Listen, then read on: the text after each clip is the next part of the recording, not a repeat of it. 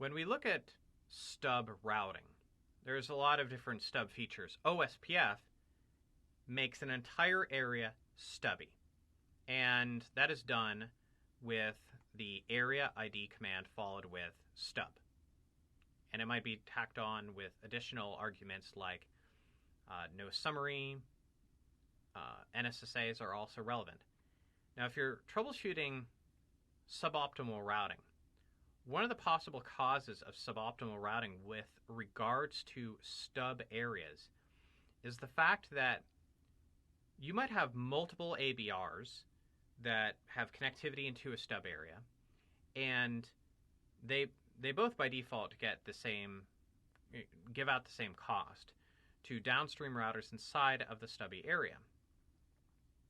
They're advertising the same cost. You can control that.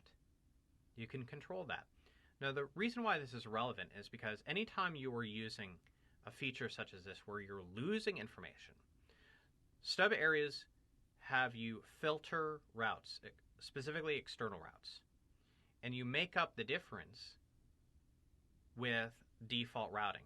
So you're going to inject an inner area default route into that stub. You're going to inject a stub route, or a default route into the stub.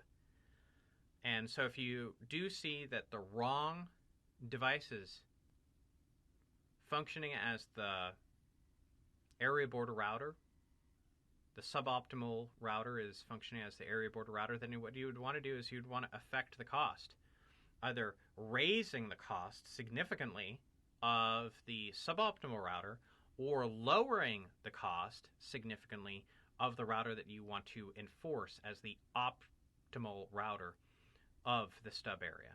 And it's a good idea to have multiple ABRs because that's redundancy. Otherwise, you have a single point of failure.